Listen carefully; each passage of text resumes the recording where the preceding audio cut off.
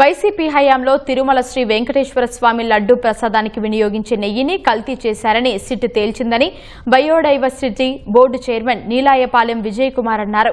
గత 5 ఏళ్ల కాలంలో దేవుళ్లతో కూడా ఆటలు ఆడారని మండిపడ్డారు. తాను అమాయకుడిని అంటూ జగన్ ప్రజలతోనే కాకుండా తిరుమల వెంకటేశ్వర స్వామికి కూడా ఇలానే చెప్పారంటూ నీలాయపాలెం వ్యాఖ్యానించారు.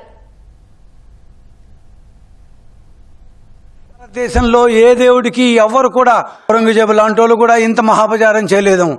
దేవుడికి ప్రీతిపాత్రంగా పెట్టుకునే మనం సమర్పించే ప్రసాదాన్ని కల్తీ తెలిసి మరి నేరం చేయడం అనేది ఇంకా ఘోరం. నిజం ఎప్పటికైనా గెలవాలి, నిజమే గెలవాలి అనేది తెలుగుదేశం పార్టీ సిద్ధాంతం.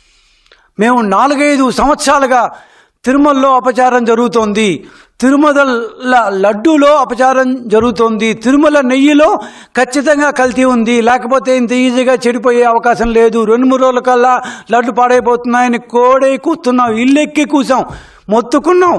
ఆయన కానీ ఆయన పార్టీ కానీ ఆయన పార్టీని మించిన 2 చైర్మన్లు కానీ ఎవరు పట్టించుకోలేదు. సరికదా కల్తీని కంటిన్యూ చేశారు. అనగానే దీని మీద మేము ఇమీడియట్గా యాక్షన్ తీసుకున్నాం. We have send the samples to NDDB, we have send the samples to Karnal. So ప్రతి చోట నుంచి అదే రిపోర్ట్లు వచ్చాయి. మోనోగ్లిజరైడ్స్ ఉన్నాయి. మోనోగ్లిజరైడ్స్ అంటే monoglycerides can be derived from both animal fat as well as plant fat. Animal ఫ్యాట్లో నుంచి కూడా మోనోగ్లిజరైడ్స్ తీసుకోవచ్చు, ప్లాంట్ ఫ్యాట్లో నుంచి కూడా తీసుకోవచ్చు. అంటే మొక్కల్లో నుంచి, జంతువుల్లో నుంచి ఈ కొవ్వుని తీసుకొని దాంట్లో కలపచ్చు. ఖచ్చితంగా 2 అని ఇదమిద్దంగా చెప్పలేము, బట్ 2 ఉండొచ్చు అన్నారు. ముఖ్యమంత్రి గారు కూడా ఇదే విషయాన్ని చెప్పారు.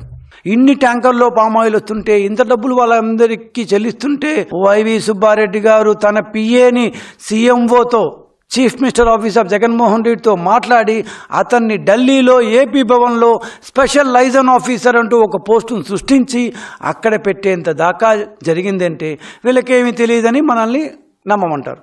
తెలియకుండా జరిగిందో జరిగిందో ఐఎమ్ రియలీ సారీ అని ఒక మాట చెప్తే అట్లీస్ట్ మీ వ్యక్తిత్వం అనేది ఒక మెట్టెక్కుతుంది అని మా యొక్క భావన. అందుకే అంటున్నాను, ఒక్కసారి ఆ రిపోర్ట్ మొత్తం చదువుకోండి. చదివిన తర్వాత కూడా మీకు ఏమన్నా కాదు అనిపిస్తే ఇట్స్ అప్ టు యూ.